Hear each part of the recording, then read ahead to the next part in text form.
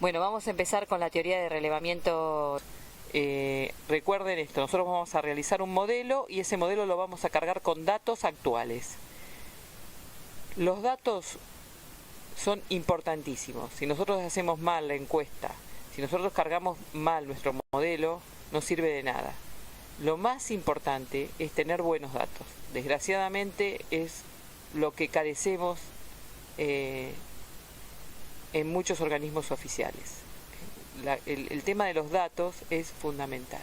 Entonces ahora vamos a ver todo cómo tenemos que dividir el área de estudio. Vamos a ver un montón de técnicas para obtener los mejores datos para poder hacer el mejor planeamiento.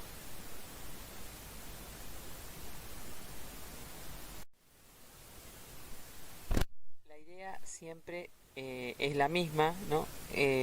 Cuando pensamos en el planeamiento de transporte ahora, pensamos que tenemos que solucionar un problema y ahora no es proveer capacidad para los vehículos, sino lo que nosotros queremos es pensar en el flujo de personas.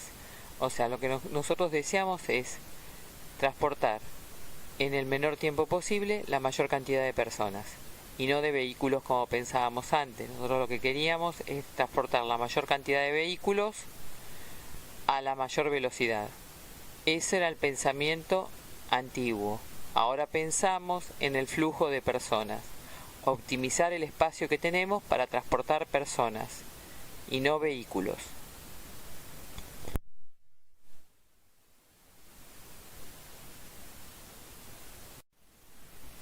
Bueno, el objetivo del planeamiento urbano es, desde nuestra posición como ingenieros, es proveer información precisa e imparcial a quienes, a los planificadores o a los que van a tomar la decisión, porque ellos, a través de la información que nosotros le aportamos, van a establecer estrategias para que el transporte urbano sea lo que ellos desean, de acuerdo a políticas, programas o proyectos que tengan para llevar a ese resultado final. El tema es que nosotros podemos tener intervenciones a corto plazo y mediano plazo cuando son prioritarias, pero cuando nosotros queremos transformar, como en el caso de que ustedes vinieron, que estuvieron viendo desde las clases presenciales a estas virtuales, que nosotros queremos una movilidad sustentable, que queremos transportar personas y no vehículos, todo esto es a largo plazo. En realidad muchos países ya lo tienen, pero para nosotros va a ser algo a largo plazo. Por lo tanto, lo que es a largo plazo, sabemos que esto va a tener cambios, que no es estático. Vamos a tener que ir tocando cada tanto este proyecto que habíamos deseado a 20 años, no va a ser seguramente con las estrategias que planteamos al principio, sino que la vamos a tener que ir modificando de acuerdo a cómo va a ir modificando el área urbana, para poder llegar a lo que nosotros deseamos desde un comienzo, o sea, una movilidad sustentable. Entonces, a medida que va a ir cambiando el área, ya sea por el tema de movilidad o ya sea por el uso del suelo o ciertas características que nosotros habíamos establecido en una primera parte, vamos a tener que ir modificando nuestras estrategias y vamos a tener que ir tal vez hasta modificando nuestros modelos.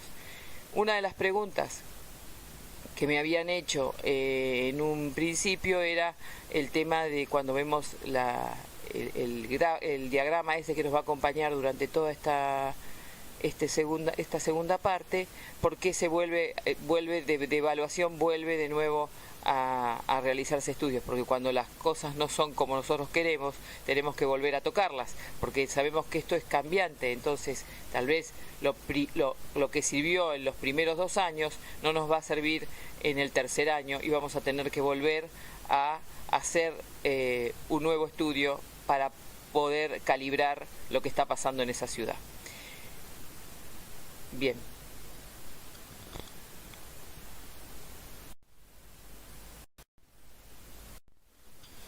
¿Qué necesitamos nosotros para poder hacer un buen modelo y para hacer un buen planeamiento del transporte urbano? Y conocer, estimar, decidir y regular. Conocer, ¿qué queremos conocer? La movilidad de las personas. ¿Cómo las conocemos? Observándola y haciendo una encuesta, o sea, relevándola. ¿Qué tenemos que ver? Si están funcionando bien y qué deficiencias tienen en el caso de que las encontremos. Porque de esa manera nosotros vamos a poder diagramar un buen plan. Entonces tenemos que ver los desplazamientos de las personas, desde dónde a dónde van, con qué modo de transporte, en qué condiciones. Y tenemos que estudiar esos patrones por los que se mueven y también predecir los cambios que se puedan producir. Entonces, todo esto nos va a servir para poder hacer un modelo que represente la movilidad de las personas de esa área. Lo que nosotros estamos buscando es, a través de las características que nos vamos a ir dando cuenta de la observación y del relevamiento de datos, predecir cómo se mueven esas personas a través de patrones de movilidad que ellas tengan. Bien.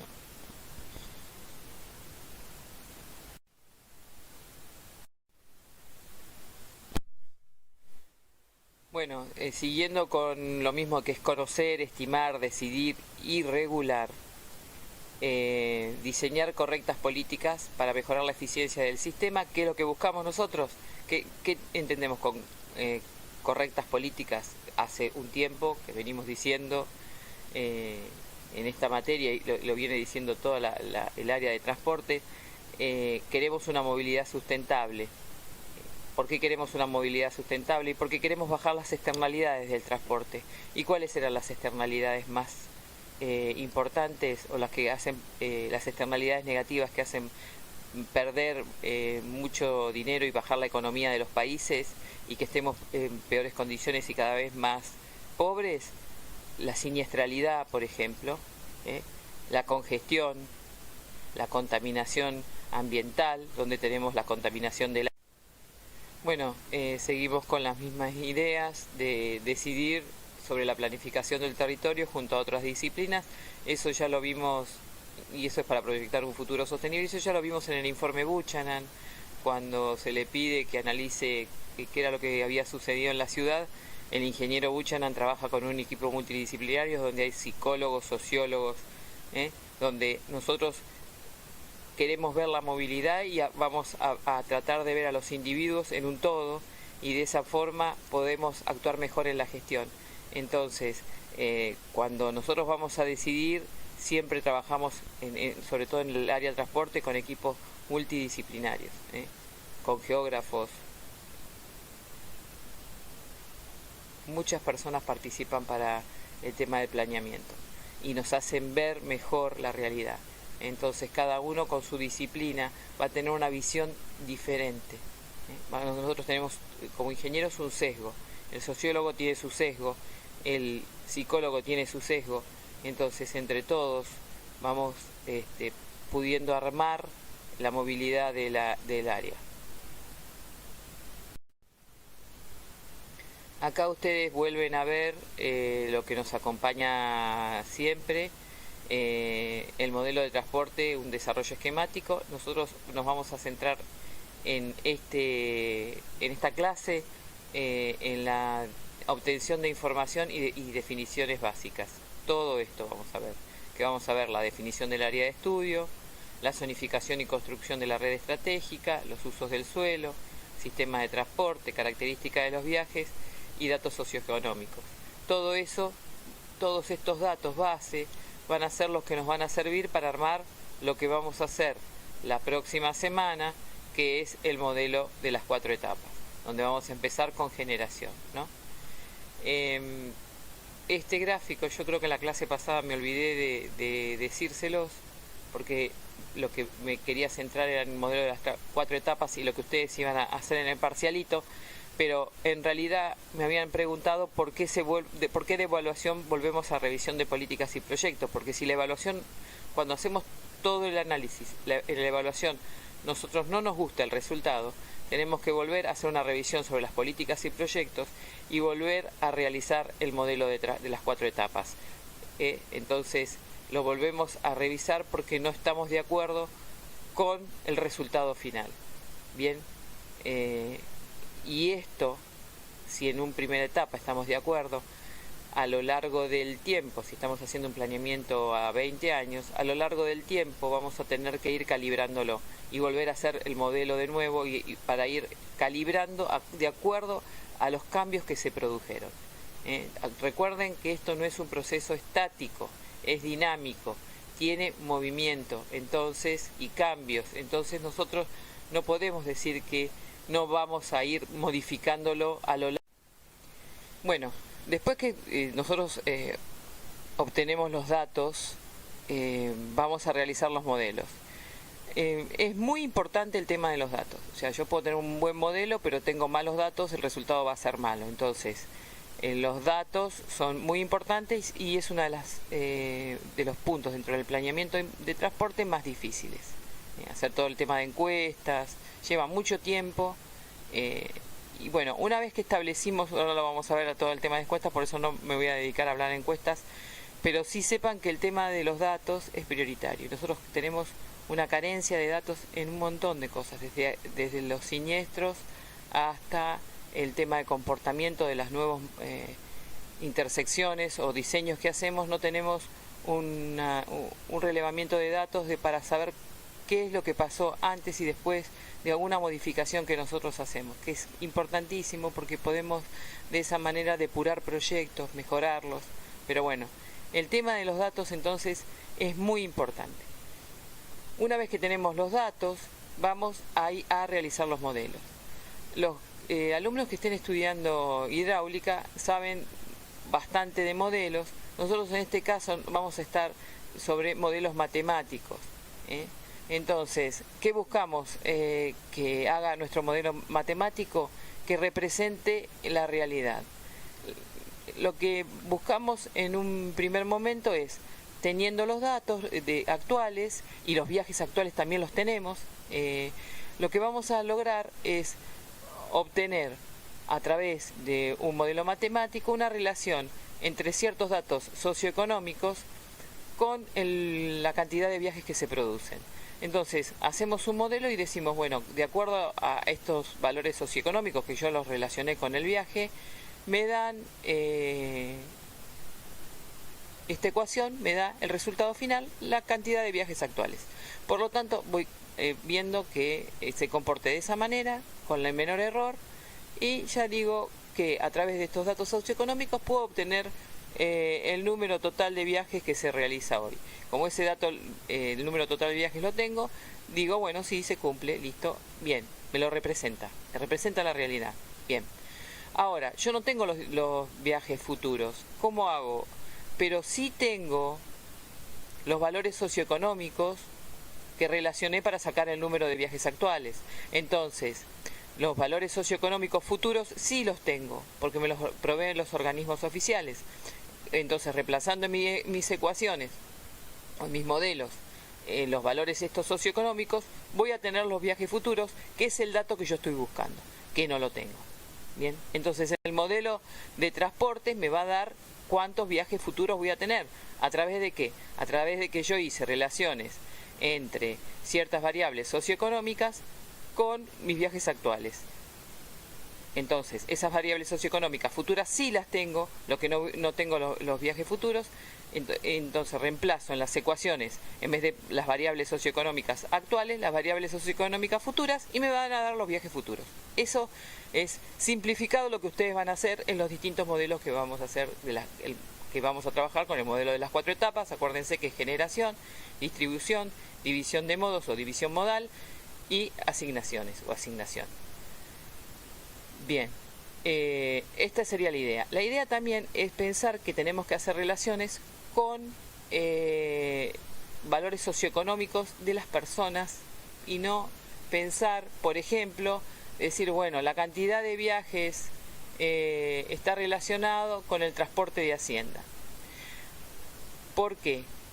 porque si esa área tiene alguna variación, en vez de Hacienda va a transportar trigo, o en vez de, que puede ser, que es muy probable que pueda ir variando la economía en esa área, la relación me va a quedar inexacta. Y si yo lo relaciono con las personas, con los valores socioeconómicos de las personas, mi modelo va a ser mucho más estable.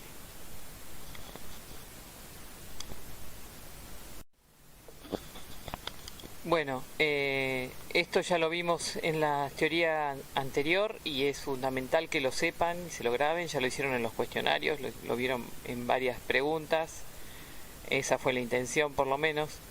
Y son las bases del proceso de planeamiento de transporte, y analizamos las características de los viajes. ¿Se acuerdan que son cuantificables, porque los podemos contar? Estables y predecibles, porque sabemos cómo se comportan los viajes, que al ser el transporte una demanda derivada, la mayoría de los viajes se generan por trabajo y estudio, y también se van a relacionar con los usos del suelo, y sabemos que los usos del suelo son bastante estables, si bien pueden variar en el tiempo. Lo que podemos establecer es que los usos del suelo residencial son generadores o productores de viajes, y los usos del suelo industriales son atractores, o tanto comerciales, son atractores de viajes. Bien, entonces a través de estas características, que los viajes son cuantificables, estables y predecibles, podemos realizar modelos. También sabemos que las demandas de transporte se relacionan con la distribución e intensidad del uso del suelo, y son pasibles de determinarse correctamente para fecha futura, que es lo que nosotros queremos hacer. O sea, nosotros lo que queremos saber es los viajes futuros, y esto nos da una relación entre lo que va a pasar a futuro y lo que tenemos hoy como valores. Acuérdense con el tema del uso del suelo, que me importa qué uso de suelo es, porque las áreas residenciales son generadoras o productoras de viajes, pero a mismo uso del suelo puede haber distinta cantidad de viajes que producen. ¿Por qué? Por la intensidad. Entonces es importante la intensidad, y ustedes vieron un área de casas bajas y un área donde había edificios. Entonces, donde hay mayor intensidad del uso del suelo, es generador de mayor cantidad de viajes a igual uso del suelo. El tema de las etapas de los elementos que componen el proceso de planeamiento del transporte, nosotros vimos la primera etapa, que fue la formulación explícita de metas y objetivos, y en esta clase lo que vamos a ver es la etapa de investigación y análisis. Si bien el modelo es muy importante, relacionar variables socioeconómicas con los viajes para poder establecer los viajes futuros, es sumamente importante los datos. Entonces, si yo tengo malos datos, por más que tenga un buen modelo, el resultado va a ser malo. Entonces, la parte más importante es tener buenos datos, hacer buenas encuestas. Es lo que nosotros tenemos que hacer mucho hincapié en el tema del planeamiento del transporte, sobre todo en esta etapa de investigación y análisis. Nos va a llevar mucho tiempo el tema de diagramar, de definir las zonas, de establecer las encuestas, cómo van a ser, y cómo vamos a poder calibrar si esas encuestas fueron buenas. Toda esta parte, el tema de la investigación y análisis, es fundamental. El modelo puede ser muy bueno, pero si yo cargo malos datos, el modelo no puede resolver eso. Bien, entonces, los datos, cómo los hallo, qué datos obtengo finalmente, es sumamente importante. Y ahora vamos a ver toda esta parte de investigación y análisis.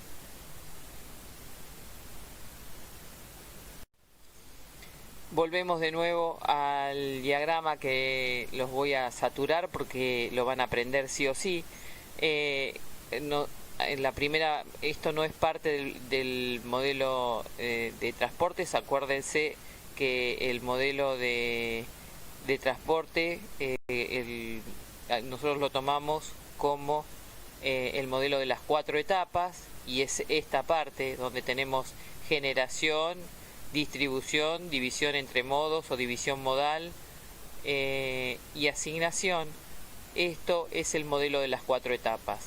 Esta etapa es la búsqueda de datos para alimentar al modelo, bien, pero el modelo es generación, distribución, división entre modos y asignación. Y después pasamos a la evaluación, que tampoco es parte del modelo. El modelo es generación, distribución, división de modos y asignación. Bien, modelo de las 4 etapas, por eso habla de 4 etapas. Cuando yo les pregunto las etapas del modelo, me empiezan a decir, bueno, la búsqueda de datos. No, bien, el modelo es Esto es la forma en que nosotros vamos a establecer cómo vamos a obtener los datos que va a alimentar al modelo. Bien, pero el modelo es Entonces, nosotros estamos en la parte de búsqueda de datos para poder alimentar al modelo, y es la obtención de información y definiciones básicas. Nosotros tenemos que definir el área en estudio, tenemos que hacer la zonificación y construcción de la red estratégica, tenemos que establecer los usos del suelo, el sistema de transporte, las características de los viajes y los valores socioeconómicos de esa área. Y después todo lo que obtenemos, todo esto que vamos a obtener, lo vamos a hacer a través de una encuesta que se hace de origen y destino, y en esa encuesta nosotros vamos a tener los viajes actuales, que no lo vamos a encontrar en ningún organismo oficial. Vamos a obtener los viajes actuales, vamos a tener también características socioeconómicas porque las vamos a preguntar, y por eso podemos verificar lo que nosotros obtuvimos de nuestra encuesta con los organismos económicos, a ver si lo que nosotros obtuvimos coincide, algunos de los datos de esas encuestas, con lo que nos dicen que tendría que dar de acuerdo a los organismos económicos. Por ejemplo, el INDEC. Son los organismos oficiales que nos dan datos socioeconómicos, que es más amplio, ¿no?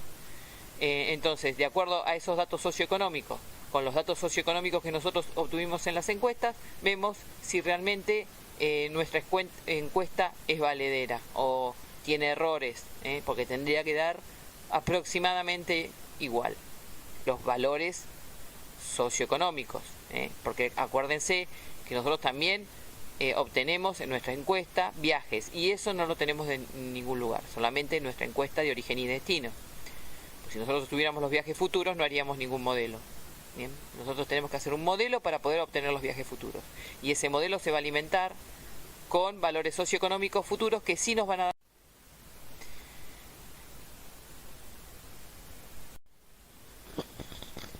Bueno, vamos dentro de la etapa de investigación y análisis, a la recolección de datos, y lo que habla acá de que el estudio de la movilidad urbana, en esta etapa de relevamientos de datos básicos, trata de caracterizar tanto la oferta como la demanda en el tema del análisis de transporte.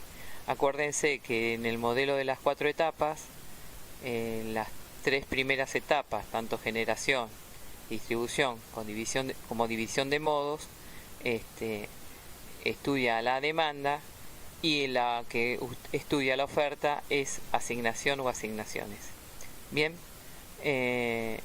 entonces en esta etapa de relevamiento de datos básicos, lo primero que vamos a hacer es definir el área de estudio. Después vamos a ver cómo es la subdivisión del área en zonas de tráfico. Después vamos a ver la división de la red de transportes, vamos a ver los usos del suelo, vamos a estudiar a los modos de transporte existentes, vamos a ver los datos económicos para el planeamiento, y vamos a ver los datos sobre las características de los viajes. Esto es lo que vamos a ver a partir de esta diapositiva.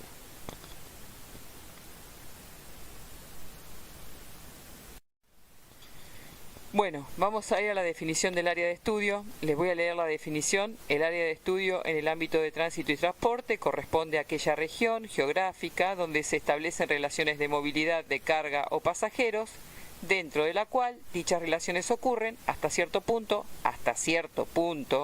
independientemente de aquellas presentes fuera de dicha área elegida. Lo que nosotros nos tenemos que plantear para elegir el área de estudio es, nosotros queremos hacer el planeamiento de un centro urbano. Bien, decimos, ¿hasta dónde tenemos que estudiar? ¿Cuál es el área de estudio? Además del centro urbano, obviamente. Entonces empezamos a fijarnos qué viajes se hacen hacia el centro urbano que sean frecuentes y que tengan una cierta intensidad. Entonces, esos viajes generalmente están por trabajo y estudio, eso lo venimos viendo desde hace bastante, y empezamos a analizar hasta dónde vamos a integrar áreas que tengan viajes hacia el centro urbano y que tengan una cierta intensidad. Generalmente son áreas semirurales, o semiurbanas que están alrededor del centro urbano. Nosotros sabemos que a medida que nos vamos a ir alejando del centro urbano, vamos a tener menor atracción de viajes. Entonces, vamos a poner un límite hasta donde nosotros establecemos que es la cantidad de viajes que tiene una gran intensidad y que está relacionado directamente con el centro urbano. Ese límite va a ser el cordón externo. Bien, dentro del centro urbano, del cordón externo, nosotros es donde vamos a hacer las encuestas en los hogares, que son encuestas de origen y destino, y donde vamos a tratar de estudiar intensamente esa área para buscar la mayor cantidad de datos y la mejor calidad de los datos. Fuera del cordón externo, nosotros no vamos a hacer encuestas en los hogares, y lo que vamos a hacer es encuestas dentro del cordón externo para las personas que ingresan, que vienen de fuera del cordón externo, ¿no es cierto? Esas encuestas son en vehículos y no tienen la calidad que tiene obviamente la encuesta en hogares. Otra forma de definir el área de estudio es decir que es el área que nos la definen los commuters, que es lo mismo que dije hoy yo, diciendo que son las personas que realizan viajes regulares de ida y vuelta entre dos lugares. Por la mañana van a su trabajo y por la tarde vuelven a su hogar. Puede ser trabajo o estudio. Si nosotros vamos a estudiar un área que en un futuro va a tener un desarrollo urbano, la tenemos que incorporar a nuestra área de estudio. Si queremos tener esa área que actualmente no hay nada, pero nosotros pensamos que en un futuro vamos a planificar en ese sector un desarrollo urbano, tiene que estar dentro del área de estudio y tiene obviamente que va a estar cerrada por el cordón externo. Tenemos que acordarnos que el cordón externo también tiene que ser continuo y uniforme. Y a su vez, nosotros lo que vamos a buscar dentro de ese cordón externo, tener la menor cantidad de puntos para hacer encuestas.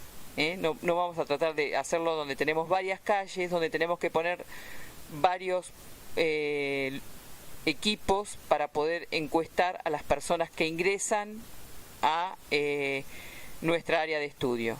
Entonces tenemos que buscar que sea la menor cantidad de puntos para hacer encuestas. Recordemos que el cordón externo tiene que ser continuo y uniforme. Más particularidades del cordón externo, porque algunos de ustedes estaban preocupados porque no entendían bien qué era el cordón externo. Bueno, el cordón externo lo va a definir entonces los commuters. Lo que nosotros establecemos, viajes de ida y vuelta entre dos lugares, nosotros vemos hasta dónde hay una influencia sobre nuestro centro urbano y eso va a hacer que definamos nuestro cordón externo. Bien.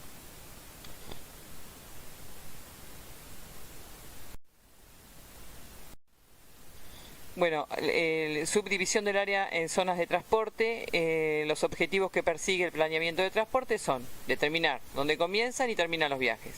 Bien, generalmente comienzan en el hogar y terminan en el trabajo, estudio. Determinar los factores que influyen sobre la generación de viajes. Ahora vamos a verlos prontamente en la práctica de generación y las prácticas sucesivas.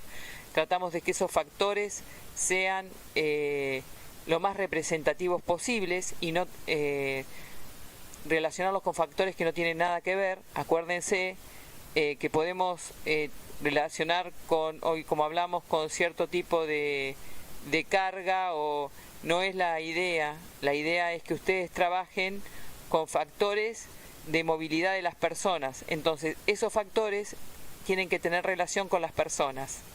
Bien, que puede ser número de hogares, puede ser motorización, puede ser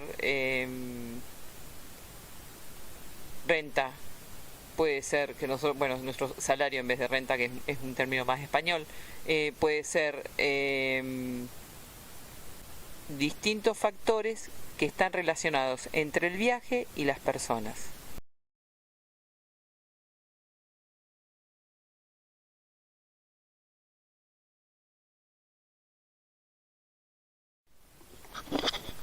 Bueno, esta diapositiva es parte de lo que yo les fui diciendo hasta ahora.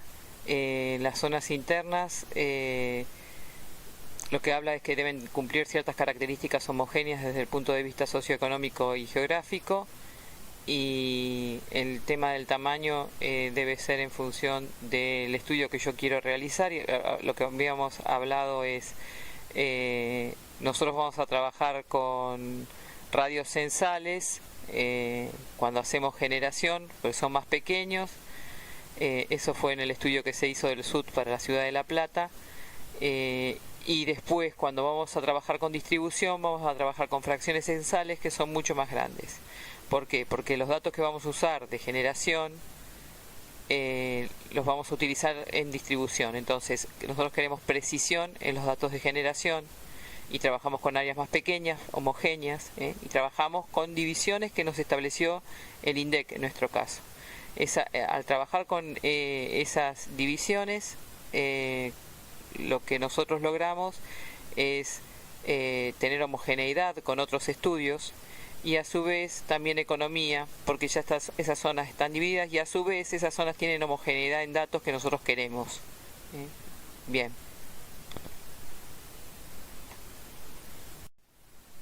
Acá lo que nosotros vemos es la ciudad de La Plata con la densidad de población, y también está dibujada la red troncal, la red jerarquizada, donde tenemos troncal y las distribuidoras principales y zonales, y también tienen acá el tema de la densidad de población. Entonces ustedes pueden ver eso en este planito de la ciudad de La Plata. También les marcan las villas. Acá ven lo que yo les vine enloqueciendo durante toda la charla de hoy. Acá tienen los radios censales, que fue con lo que nosotros trabajamos para analizar el tema de generación, y estos son las fracciones censales que se trabajan para lograr distribución. Entonces, radios censales son mucho más pequeños, ¿ven? Estos radios están divididos por homogeneidad socioeconómica de acuerdo al INDEC, y después tienen las fracciones censales, que son más grandes. Entonces, esto es generación, con lo que trabajamos, y esto es distribución.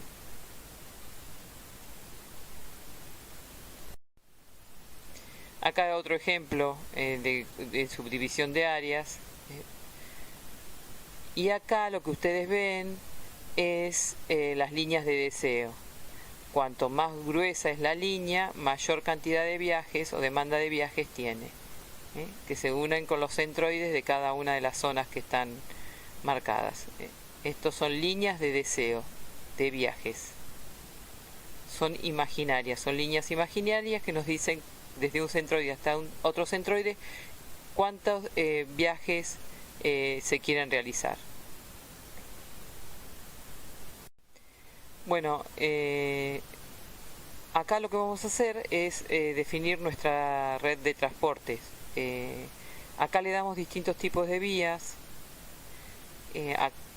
Hablamos de autopista, acuérdense que son vías de alta velocidad, pero sobre todo lo que tenemos que encontrar es que tiene control total de accesos. Bien, la ruta primaria acá está definida como una ruta primaria nacional. Nosotros tenemos rutas primarias en la provincia también. Entonces, una ruta primaria nacional, ¿cómo la definimos? Cuando atraviesa a más de una provincia. ¿Cómo definimos a una ruta primaria provincial? Cuando atraviesa a más de un partido.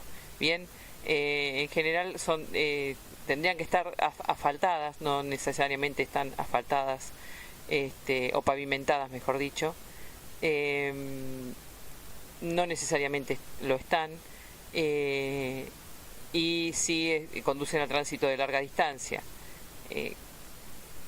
Las rutas secundarias o colectoras son rutas en general, acá habla que pertenecen a la red provincial y conectan rutas primarias entre sí. La característica que tienen en la provincia es que el primer número corresponde al número de partido y después se va numerando a la ruta secundaria. Hay rutas secundarias que tienen alto volumen de tránsito, y en algunos casos hay rutas secundarias que superan a redes primarias. Alguna lógica a veces no, la lógica que uno espera a veces no coincide con la numeración de la vía. Después tenemos tramos ferroviarios, después tenemos también tramos acuáticos, canales interiores o de cabotaje marítimo. Acuérdense que en el libro blanco de transportes europeo fomentó mucho el tema de los transportes fluviales. Acá ustedes ven la red de transporte, donde ven la red de subtes, red de ferroviaria, autopistas. Es una estructura vial.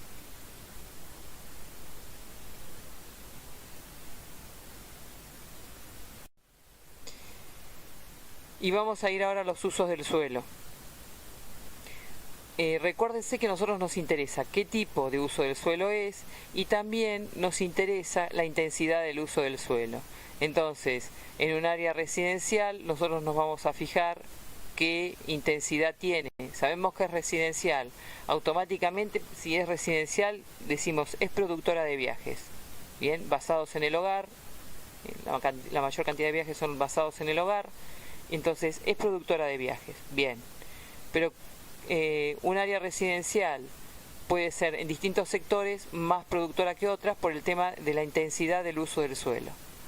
Lo mismo acá habla de los comercios, hoteles, restaurantes. Bueno, estos son atractoras de viajes y va a estar en función de la intensidad de ese uso del suelo.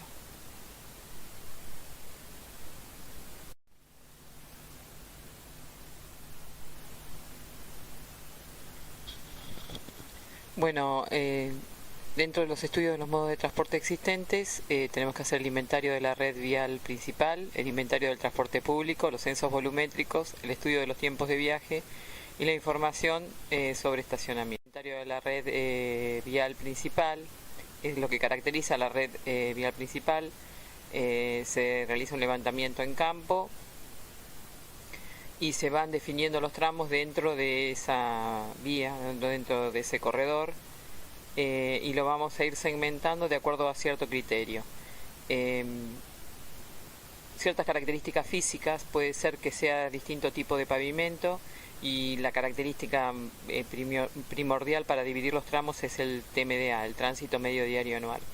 Entonces vamos a dividir tramos de acuerdo a nodos, y generalmente los nodos están en los accesos a distintas ciudades, y otra caracterización, o sea, que también se hace, es el diferente tipo de pavimento, pero no es lo más común. Lo más común es que nosotros dividamos los tramos por el tránsito medio diario anual. Nosotros tendríamos que tener amojonada la red, sería lo ideal, ¿no? Entonces tenemos la ubicación del principio y del fin. Normalmente los ceros están En el caso de la red provincial, lo más cercano a La Plata sería el 0. Si sale de La Plata es el 0 y a partir de ahí empieza a crecer. Esa sería la lógica. La lógica de la red vial nacional, el 0 estaría en Capital Federal. No necesariamente es así, pero tendría que serlo. Hay algunas rutas que están amojonadas al revés de este criterio, pero la lógica sería esta. Podemos tener un sentido de unidireccional o bidireccional. Podemos ver distintos tipos de pavimento. Acá habla de concreto, asfalto, mixto. También hay red principal de tierra y de ripio que vimos anteriormente. También podemos mirar el estado de pavimento a través del IRI, el índice de rugosidad.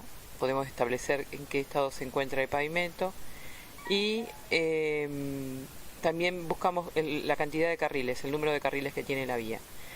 Si hay un separador, el ancho del separador, la iluminación, si hay puentes, si hay alcantarillas, si hay banquinas, si las banquinas están pavimentadas o no, si están descalzadas, cómo está el señalamiento horizontal, cómo está el señalamiento vertical.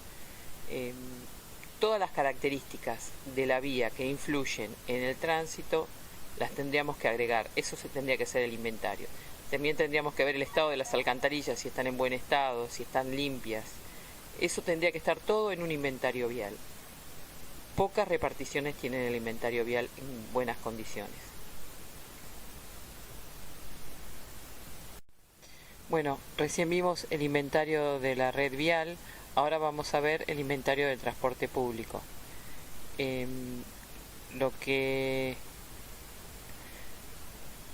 que nosotros vemos en este planito es del estudio de Tecnópolis y lo que muestra qué líneas de colectivo hay disponibles a 1000 metros de Tecnópolis y después líneas de colectivo a 500 metros. Cuando nosotros hacemos un inventario del transporte público, identificamos los modos de transporte que tenemos disponibles con un mapa de itinerarios y con su horario. Con respecto al autotransporte público de pasajeros, también podemos determinar los lugares, las paradas y los tiempos de viaje. Acá lo que ustedes tienen es entonces las líneas de colectivo que hay disponibles. Acá lo que ustedes tienen es también sobre Tecnópolis el total de servicios en hora pico. Y ven que el que más tiene es la línea 21 con 33 servicios. Bien, la que menos tiene es la 176 con 6 servicios.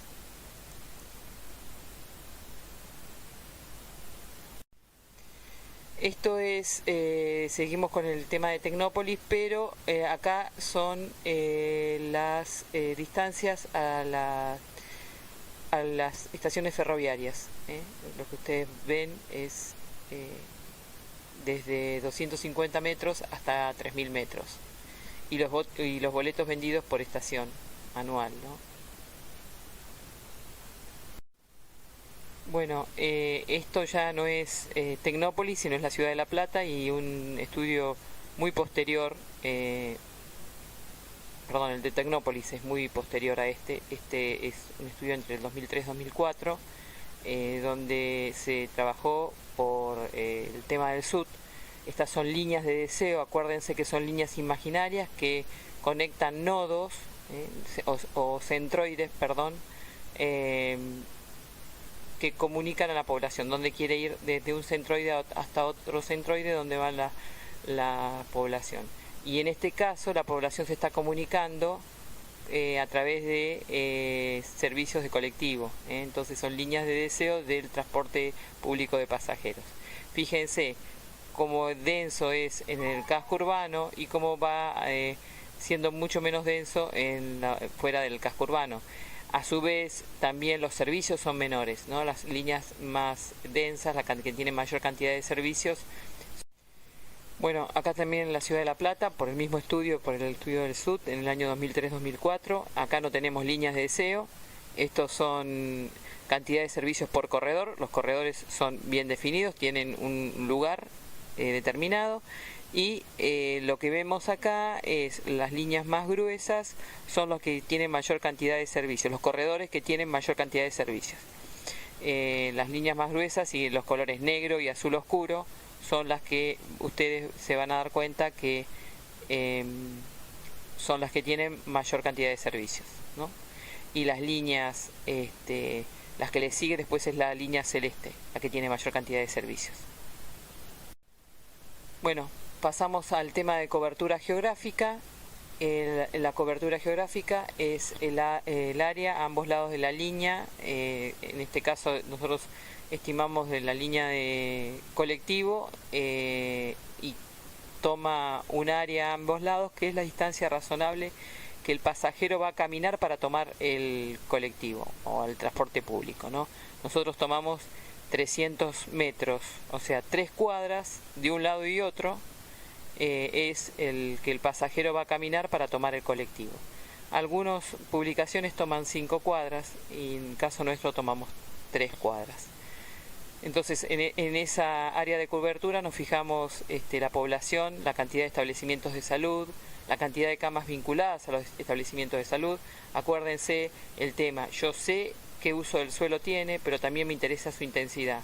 La cantidad de camas me está diciendo la intensidad de ese hospital o ese establecimiento de salud. Entonces, uso del suelo, acuérdense, y también intensidad. La cantidad de establecimientos educativos nivel primario y secundario, la cantidad de alumnos vinculados, o sea, la matrícula de esos establecimientos, porque me interesa la intensidad, acuérdense, cantidad de establecimientos educativos a nivel terciario, cantidad de alumnos vinculados a ese establecimiento. Bueno, acá lo que mostrábamos es la incidencia de las líneas de colectivo. A ambos lados habíamos considerado que tenemos 3 cuadras, ¿no? 300 metros a ambos lados, un total de 600 metros. Esto es el área de influencia. Entonces, lo que nosotros medimos en ese momento, cuando hicimos el SUT y cuando se hicieron las encuestas, es que las personas caminaban para el modo colectivo, para el acceso al modo colectivo 3,4 cuadras y cuando bajaban caminaban 3 cuadras. Eso es en la ciudad de La Plata. En la ciudad de Ensenada y Berisso, que se hicieron encuestas en paradas, no se hicieron encuestas en hogares, se hicieron encuestas en paradas. El acceso al modo colectivo caminaban 3,1 cuadras y el modo cuando bajaban caminaban 2,4 cuadras. Eso era el promedio que se estableció de acuerdo a las encuestas que se hicieron. Esto en todas las líneas, ¿no? Se estableció a través de una banda de 300 metros a ambos lados. El área que se relevó en total fueron 298 kilómetros cuadrados. La población total fueron 559.541 personas que esta línea o todas estas líneas abarcaban por la densidad de población que había a ambos lados.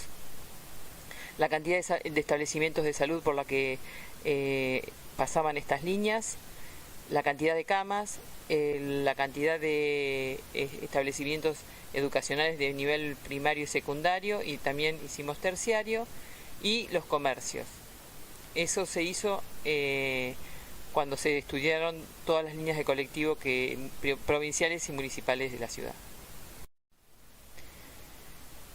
Esto es otro estudio que se hizo cuando se quería colocar un tipo de metrobús en la calle 7.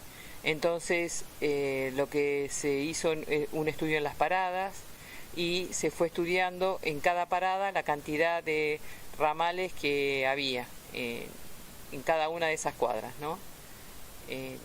Y también la cantidad de servicios por hora, en hora pico, por sentido. O sea, se hacían los dos sentidos de la calle 7. Bueno, aparte de lo que ustedes vieron anterior, que era la medición en paradas, también se subieron operadores a las distintas líneas de colectivo. En este caso se subió, el ejemplo es con la línea este, el ramal 18, esto siempre siguiendo con el tema del BRT o del Metrobús en la calle 7 que se había estudiado. Bueno, entonces este ejemplo que ustedes tienen acá es un operador se sube a la línea de colectivo desde su inicio hasta que finaliza y va subiendo, va contando, cuántos pasajeros suben y cuántos pasajeros bajan, y así ve los picos donde se produce la mayor cantidad de pasajeros y como donde ascienden y descienden, ¿no?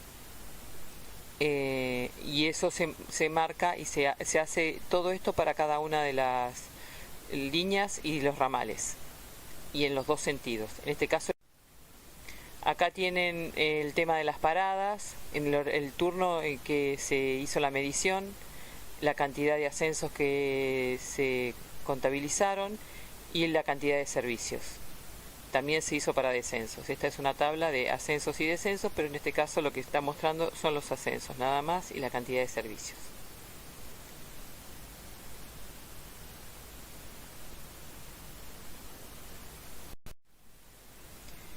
Y acá finalmente lo que se hizo, cuáles eran las paradas más importantes o las más densas, ¿no? Entonces acá ustedes ven cuáles, las que tienen los puntos negros es donde hay mayor cantidad de movimiento de personas, y le siguen las de puntos rojos, ¿no? Acá están en color y en tamaño, o sea, en los mayores tamaños, y en el caso de negra y roja son las que tienen mayor cantidad de pasajeros. Esto es otro ejemplo, pero en la ciudad de Buenos Aires, también los pasajeros que suben y bajan de las distintas paradas en las paradas más importantes. Acá ya nos vamos al subte y muestra también el tema de los pasajeros ingresados por las distintas paradas, cuáles son las que tienen, o las estaciones, perdón, cuáles son las que tienen mayor importancia, ¿no? Obviamente es Constitución y Retiro, ¿no? Pero dentro de esas hay otras estaciones que tienen importancia, no tanta como ellas, pero son más importantes que otras, ¿no? Ahí ven ustedes los tamaños también de los círculos. Cuanto mayor tamaño, mayor afluencia de personas hay. Esto es el tema del ferrocarril, también la cantidad de pasajeros transportados, los boletos vendidos, las estadísticas, todo esto lo pueden ver de la página de la CNRT. Los que tengan dudas, esto está sacado de hace mucho, el año 2015, pero actualmente pueden ver lo que quieran de datos estadísticos, lo pueden ver en la CNRT. Bueno, seguimos con el ferrocarril, también con los datos de, en este caso, la infraestructura, el tipo de material rodante, todo esto es en el área metropolitana. Fíjense que el dato es viejo, es 2014. Ustedes pueden tener esto actualizado desde la CNRT. Tendríamos que actualizarlo nosotros también. Bien, pasamos a los censos de tránsito. Acá lo que habla que los censos volumétricos se hacen en el cordón externo y en el cordón interno, en las líneas de pantalla y en cualquier otro punto considerado necesario, que ahora vamos a ver qué son las líneas de pantalla y en los cordones internos. Bueno, el propósito de los censos es establecer las características y variaciones horarias. Ustedes ya los vieron un montón de diagramas de cuando vimos la demanda del transporte, muchos diagramas de censos volumétricos donde veían que había picos por trabajo y estudio durante el día, los días de semana, y estos censos ustedes saben que tienen variaciones dentro del día por las horas pico, dentro de los días de la semana, de acuerdo al día de semana también va a tener una lógica diferente, y a su vez los meses del año también tienen una lógica diferente. Los que no cursaron caminos, no entienden muy bien algunas cosas, pero los que cursaron caminos seguramente todo esto lo tienen mucho más claro. Pero la lógica es esta: ustedes se acuerdan que si yo les doy el dato de una hora del día y yo les establezco qué día es, qué hora es, a qué día pertenece y a qué mes pertenece, ustedes con esos datos y con datos que yo le aporte cómo se comporta ese día de de la semana con respecto al mes, pueden sacar el TMDA, ¿no? Con el dato de una hora. Nosotros cuando trabajamos con mediciones que tenemos pocos datos,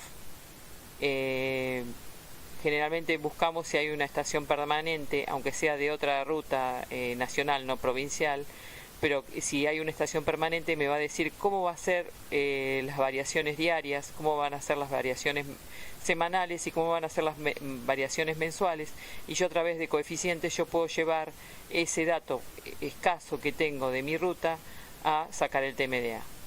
Bien, ahí tienen una planilla que yo se las mostré el otro día, que era un poco más amplia porque le transformaba pares de ejes en vehículos reales, o al revés, vehículos reales los podía transformar en pares de ejes. Estas planillas son las que se utilizan, no estoy señalando con el puntero, estas planillas son las que se utilizan para hacer los censos manuales, donde ustedes van midiendo. Últimamente estamos usando cada 15 minutos, no cada hora, antes se hacía cada hora, y vamos midiendo la clasificación y cantidad de vehículos cada 15 minutos. He agregado medir motos y bicicletas. En algunos lugares, bueno, bicicletas a veces no hay en las rutas, pero las motos hay bastantes.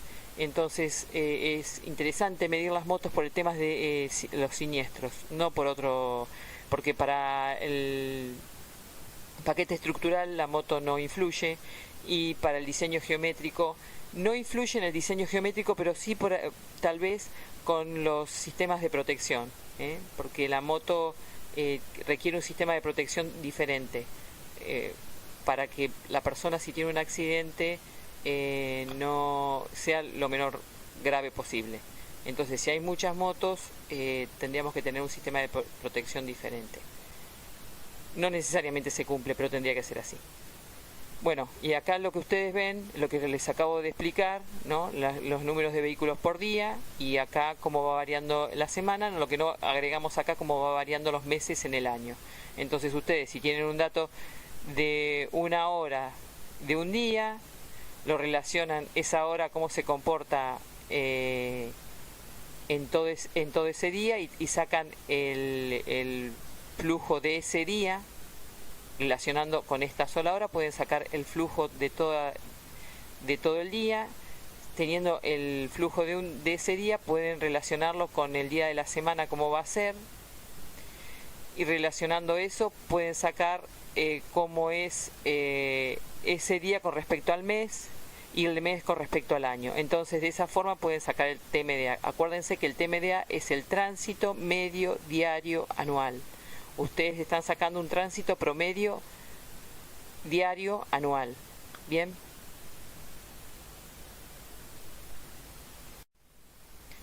Acá tienen mediciones de los días hábiles. Esto es en la Avenida Antártida, con el sentido hacia la Avenida 32.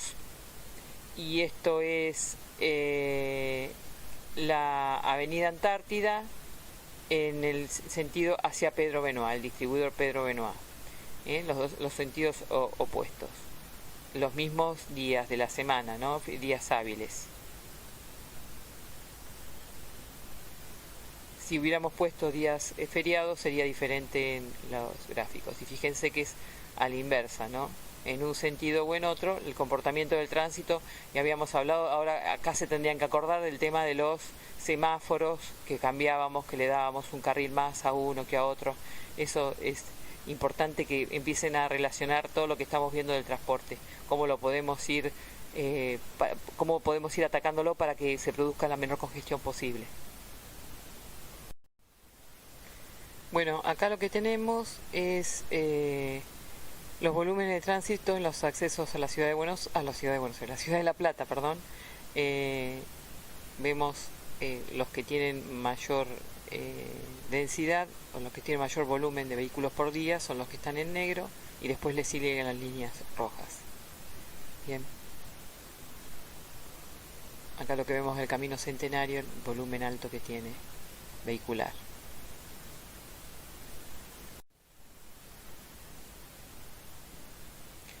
Bueno, ustedes hicieron la práctica 3, analizaron una línea de colectivo, un recorrido, en donde nosotros le dábamos la velocidad de ese recorrido y si le íbamos bajando 1 km/h la velocidad, ¿qué era lo que sucedía? Bueno, sabían que la empresa tenía que aumentar el número de choferes y el número de unidades, por lo tanto, a la larga iba a tener que aumentar el boleto. Entonces, desde el punto de vista del pasajero, al disminuir la velocidad se producen dos cuestiones negativas. Una es que a la larga el boleto va a aumentar y la segunda es que su viaje va a aumentar en tiempo, por lo tanto tiene más tiempo de viaje, más tiempo perdido. Sabemos que él no quiere viajar, que el transporte es una demanda derivada, por lo tanto lo que quiere el pasajero es llegar a su trabajo. Si hay congestión, va a llegar más tarde y en corto tiempo también se le va a aumentar el boleto.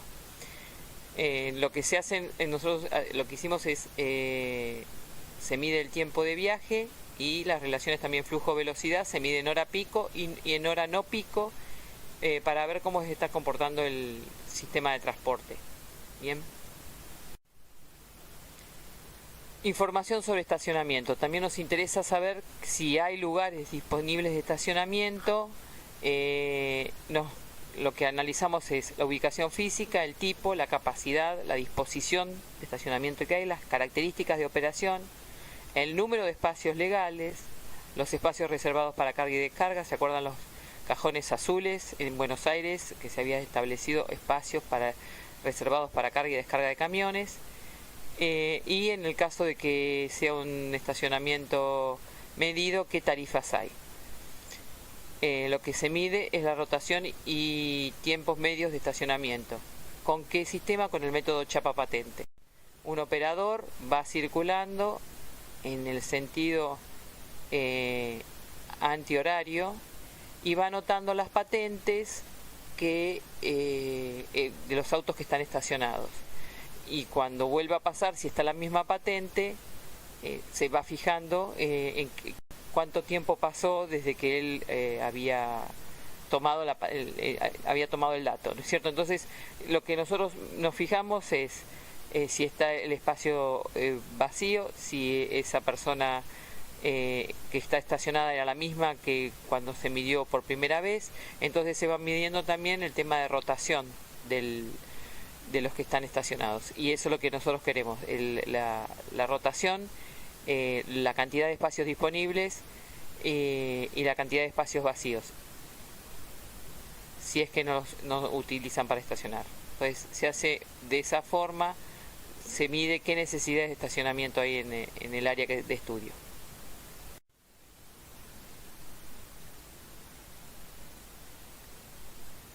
Ahora lo que vamos a ver son los datos socioeconómicos para el planeamiento. Nosotros sabemos que eso lo vamos a obtener de organismos oficiales.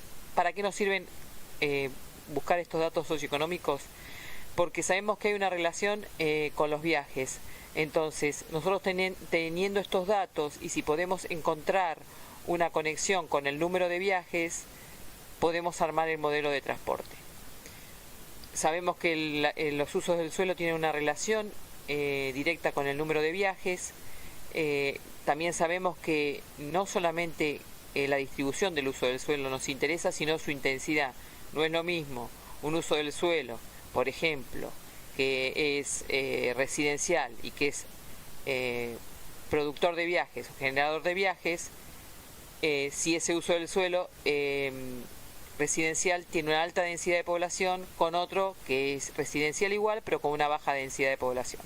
Entonces, el que tiene mayor densidad de población va a ser mayor generador o productor de viajes que el otro suelo. Eso ya lo dijimos muchísimas veces. Entonces, también vamos a buscar datos de población, datos de empleo. Nos interesa también el ingreso. A mayor ingreso, mayor cantidad de viajes. También nos interesa el tema de la asistencia a escuelas, universidades y otros centros educativos. Sabemos que trabajo y estudios son los mayores generadores de viajes. Entonces, todos estos datos socioeconómicos los vamos a tratar de captar cuando hacemos la encuesta de origen y destino en hogares, pero también los tenemos de los organismos oficiales. ¿Se acuerdan que si nosotros hacíamos la encuesta en distintos puntos, se acuerdan que la encuesta siempre se hace dentro del cordón externo? Podíamos calibrarla con datos que nos aportan los organismos oficiales. Si nosotros tomamos cuál es el salario del jefe de familia, qué trabajo tiene el jefe de familia, cuántas personas hay en la vivienda, todos esos datos podemos calibrarlos con las encuestas que hacen los organismos oficiales, no la cantidad de viajes, porque ese dato lo pedimos nosotros y no lo hacen los organismos oficiales. El tema nuestro es que queremos saber los viajes futuros, por eso tenemos que hacer una encuesta en hogares y de ahí tomamos los viajes actuales, pero también tomamos datos socioeconómicos del lugar. Y con esos datos socioeconómicos nos sirve también para calibrar nuestra encuesta, a ver si está correctamente hecha con respecto a los datos socioeconómicos que nos aportan los organismos oficiales. Espero que haya quedado claro. Bueno, los datos socioeconómicos para el planeamiento, vamos a ir a los datos sobre población y empleo. Sabemos que vamos a hacer las encuestas dentro del área que queda limitada por el cordón externo. No se hacen encuestas en hogares, acuérdense, encuestas en hogares fuera del cordón externo. Las encuestas en hogares que son de origen y destino se hacen dentro del cordón externo, dentro del área de estudio. Lo que vamos a preguntarles es cómo viajan esas familias, pero a su vez también les vamos a hacer preguntas socioeconómicas.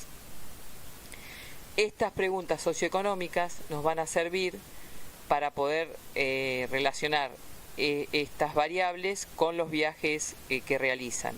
Pero a su vez, estos valores socioeconómicos los podemos comparar con los valores socioeconómicos que tienen los organismos oficiales y de esta forma también podemos saber si nuestra encuesta fue bien realizada. ¿Qué valores qué datos vamos a preguntar? Bueno, seguramente le vamos a preguntar el salario del jefe de familia y si podemos preguntarle el salario de cada uno de los individuos que trabaja también y sacamos un promedio de la familia. Vamos a preguntar entonces el grado de motorización que tienen, cuántos vehículos hay en la casa. Vamos a preguntarle también si hay individuos dentro de esa familia que van al colegio, entonces vamos a sacar el tema de la población escolar. Vamos a ver cuántos de esos individuos que en esa familia trabajan, cuántos están desempleados, qué tipo de trabajo tienen. Bueno, todos esos datos nos van a servir para, recuerden, hacer el modelo de transporte. En el caso de las industrias se pregunta el número de empleos disponibles y el volumen de ventas por mayor. Son todos datos económicos que nos van a servir para ir armando el modelo. Acuérdense que nosotros vamos a hacer un modelo de generación, producción de viajes, no de atracción, pero que son pares que se equilibran. También vamos a ver las características de esa población, el sexo, la edad, la estructura familiar. Ven acá lo que habla de que el INDEC nos aporta esos datos, que está segregado a nivel de fracción y radio censal. Acuérdense que nosotros usamos radio censal para generación porque queremos más homogeneidad, más detalle, y vamos a usar fracción para distribución, que son áreas más grandes en fracción. Ya lo vimos a eso. Acá lo que ustedes ven es la densidad de población. También están marcados los establecimientos educacionales, los comercios, los hospitales o los centros de salud, y bueno, está marcada también la red vial jerarquizada y la densidad de población. acá lo que vemos es la diferencia, la variación intercensal entre el censo del año 90 y el censo del año 2001. Esto se utilizó para el SUT, para la investigación que se hizo, o el estudio que se hizo del SUT. Lo que se ve acá es que el casco urbano está decreciendo y las áreas alrededor del casco urbano están creciendo. Por lo tanto, ¿se acuerdan que hablábamos de la ciudad compacta y no la ciudad difusa? Acá lo que está pasando es que se está dejando de ser compacta y se está haciendo difusa, o ya es difusa. Algunas cosas que se han hecho últimamente es descentralizar algunos organismos y mandar delegaciones a las localidades para no generar tanto circulación de vehículos dentro del casco urbano. Y ahí evitamos también cantidad de viajes y longitud de los viajes. Bien. Bueno, seguimos con los datos socioeconómicos, el número de empleo y subdivisión por tipo de trabajo. Acá ustedes ven una tabla que nos da el INDEC de las encuestas permanentes en hogares.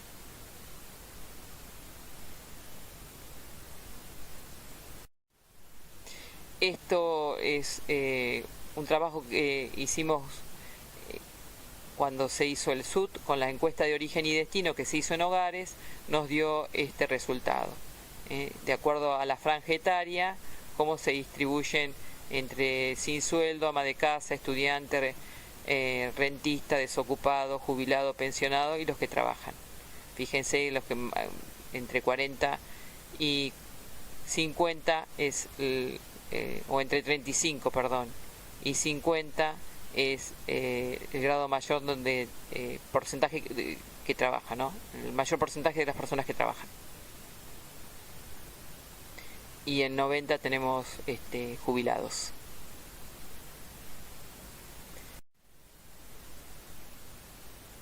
Bueno, y acá tenemos la misma tabla y ahora en este caso nos muestra cuántos son el porcentaje por ocupación, cuántos en ese momento, en el año 2003-2004, cuántos trabajaban, cuántos estudiaban, cuántos estaban jubilados o pensionados, cuántos eran amas de casa, bueno, y el otro porcentaje eran otros. O sea, teníamos un 38% de personas que trabajaban de acuerdo a la encuesta que se había realizado. Esto es otra encuesta, creo que es en Chile, donde se muestra de acuerdo al nivel adquisitivo cómo viaja, ¿no? En auto es el mayor nivel adquisitivo, en colectivo el bajo, en subterráneo medio, en taxi alto y bueno, otros que no sabemos qué, donde agrupa todos los demás. Los porcentajes de medio, alto y bajo. Y esta encuesta es de Intrupuba en el año 2007, también muestra si no tiene ningún vehículo qué nivel adquisitivo tenía con un vehículo. Dentro del nivel adquisitivo bajo el 88% no tenía vehículo, dentro del nivel adquisitivo medio el 71% no tenía vehículo y dentro del nivel adquisitivo más alto el 39 o el 40%, aproximadamente el 40% no tenía vehículo, mientras que el 53% sí tiene vehículo.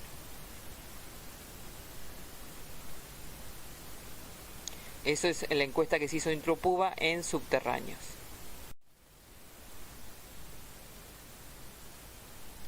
Bueno, siguiendo con los datos socioeconómicos para el planeamiento, nos vamos a focalizar en asistencia a escuelas, universidades y otros establecimientos educacionales.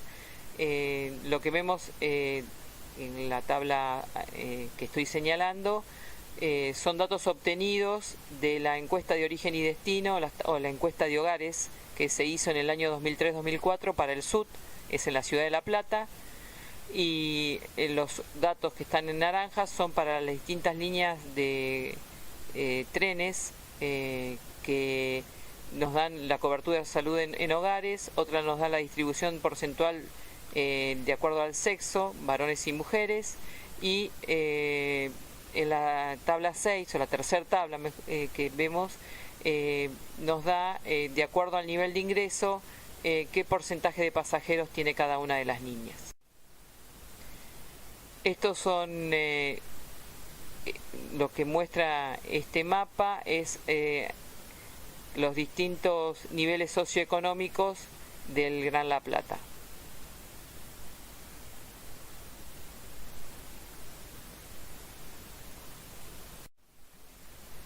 Bueno, ahora vamos a pasar entonces a datos sobre características de los viajes.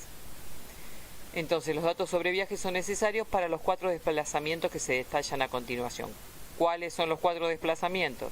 Movimientos externos internos, o sea, son los movimientos que están fuera del cordón externo e ingresan al área de estudio.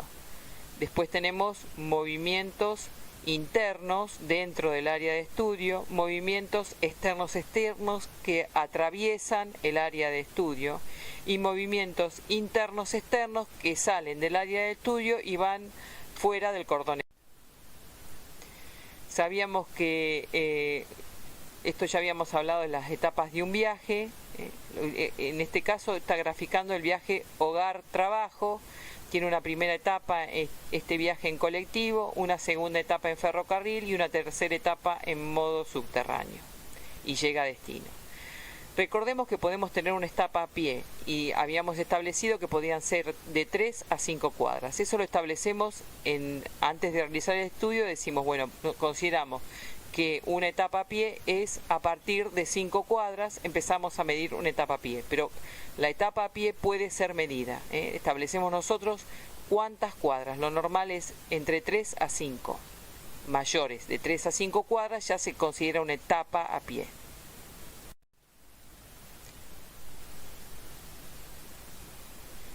Bueno, siguiendo con los datos sobre características del viaje, vamos a hablar del tema de las encuestas, ¿no? Encuesta domiciliaria, la encuesta en cordón externo y la encuesta de línea de pantalla o cordón interno. La encuesta domiciliaria, venimos hablando siempre la encuesta domiciliaria se va a hacer dentro del cordón externo, no fuera del cordón externo. Se va a los hogares. Después vamos a hablar de una encuesta que se hizo en 2003-2004, cuando se trabajó sobre el estudio del SUT. Entonces se van a los hogares, se preguntan datos socioeconómicos y se le preguntan datos del viaje. Siempre se le pregunta del viaje que realizó el día anterior. Por eso se hace de martes a sábado, porque se quiere buscar un día de semana. En algunas encuestas se establecen días más estables y a veces se empieza a trabajar de miércoles a viernes y se quitan los lunes y viernes. Pero depende la decisión del encuestador, pero sí se encuestan días hábiles, los viajes de los días hábiles. Y es el día anterior al de la encuesta. Entonces se le pregunta a la persona qué hizo el día anterior, qué viajes realizó. Eso es la encuesta domiciliaria. La encuesta del cordón externo, ya habíamos hablado. El cordón externo vamos a tratar de que tenga la menor cantidad de puntos para encuestar. De esa manera nos facilita la cantidad de encuestas que podemos hacer. Sabemos que nos conviene hacerlas en donde las personas o los vehículos se detienen, que puede ser un semáforo, puede ser los accesos a las cabinas de peaje, puede ser en una intersección. Y lo que hace el encuestador es hacerle preguntas de dónde viene, a dónde va, ve más o menos qué grado de poder adquisitivo puede tener la persona, porque le tendría que preguntar qué salario tiene y eso es muy difícil de que lo respondan, pero le hace una serie de preguntas socioeconómicas y el encuestador más o menos puede determinar el salario del encuestado. Entonces se hacen preguntas de dónde viene, a dónde va y algunas preguntas socioeconómicas. Esas son las encuestas en cordón externo.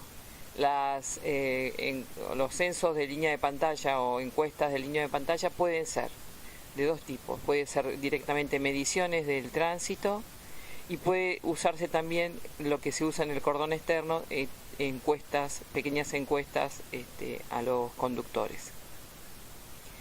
Estas encuestas de línea de pantalla o cordón interno se utilizan también para ver si la encuesta domiciliaria dio resultados correctos y si el número de viajes que se calcula con la encuesta domiciliaria es el mismo que se mide en esa área de estudio, ¿no?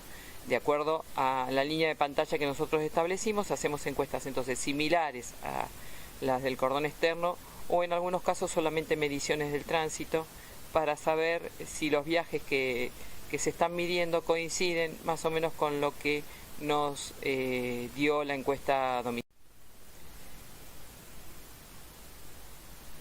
Bueno, finalizando el tema de hoy y datos sobre características de los viajes, hacemos un pequeño resumen sobre el tema de las encuestas para estudios de movilidad. Tenemos la encuesta domiciliaria que ya hablamos y ahora vamos a ver una encuesta que se hizo en el 2003-2004. La encuesta de intercepción que hablamos de la cordón externo y del cordón interno o línea de pantalla. La encuesta al costado de la vía, que puede ser por el método de las patentes, se ponen operadores en distintos puntos de distintas rutas que suponemos que va a circular el camión pesado, se anota la patente y el horario y a partir de eso se arman matrices y se puede averiguar qué circuitos hacen estos camiones y en qué tiempo. Encuesta telefónica, bueno, se les llama y se les va preguntando lo mismo que podría ser una encuesta domiciliaria y también encuesta postal, que ya, bueno, esto es medio antiguo, pero podríamos hablar de encuestas por email. Y la encuesta de preferencias declaradas. La encuesta de preferencias declaradas, una de las características cuando uno estudia el tema de siniestralidad es saber el valor de la víctima fatal.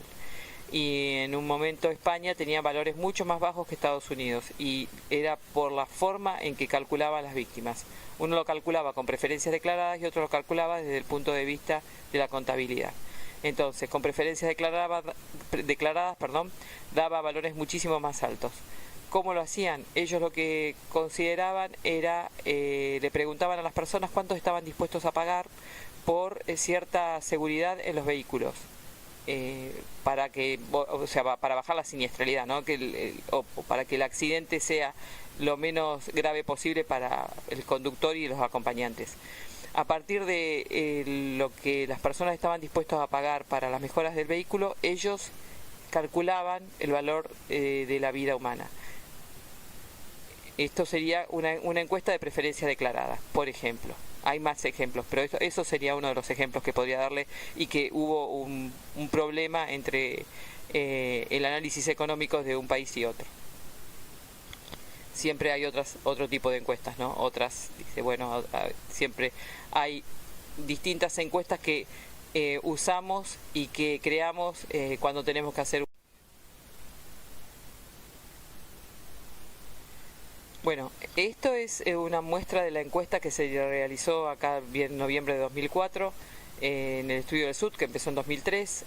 Se dejaba en cada hogar que se iba a encuestar esta hoja donde la persona sabía que iba a llegar alguien de la Universidad de La Plata y podía llamar a un teléfono. No fue fácil porque había mucho miedo a los robos. En la situación actual debe ser más complejo todavía. Y se realizaron 850 encuestas que fueron representativas para poder establecer la movilidad de la ciudad de La Plata.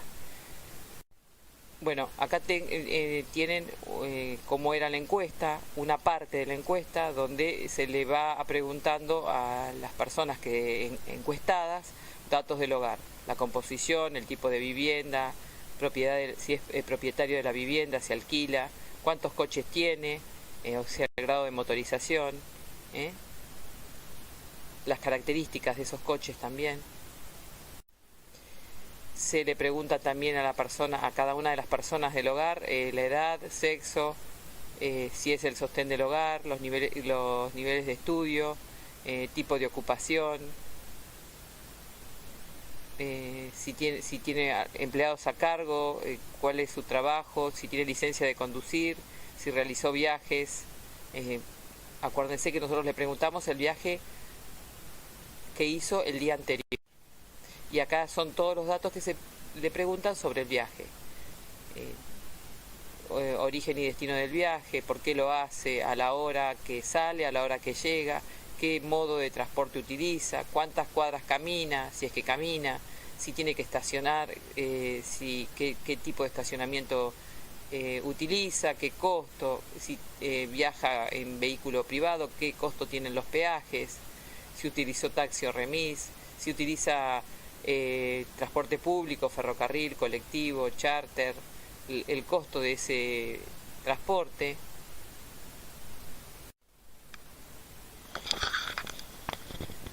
Bueno, finalizamos la teoría de relevamiento y vamos a empezar esta semana entonces con generación. Lo que les pido es que todo lo que no entendieron me lo marquen y me lo manden por correo al correo de transportes.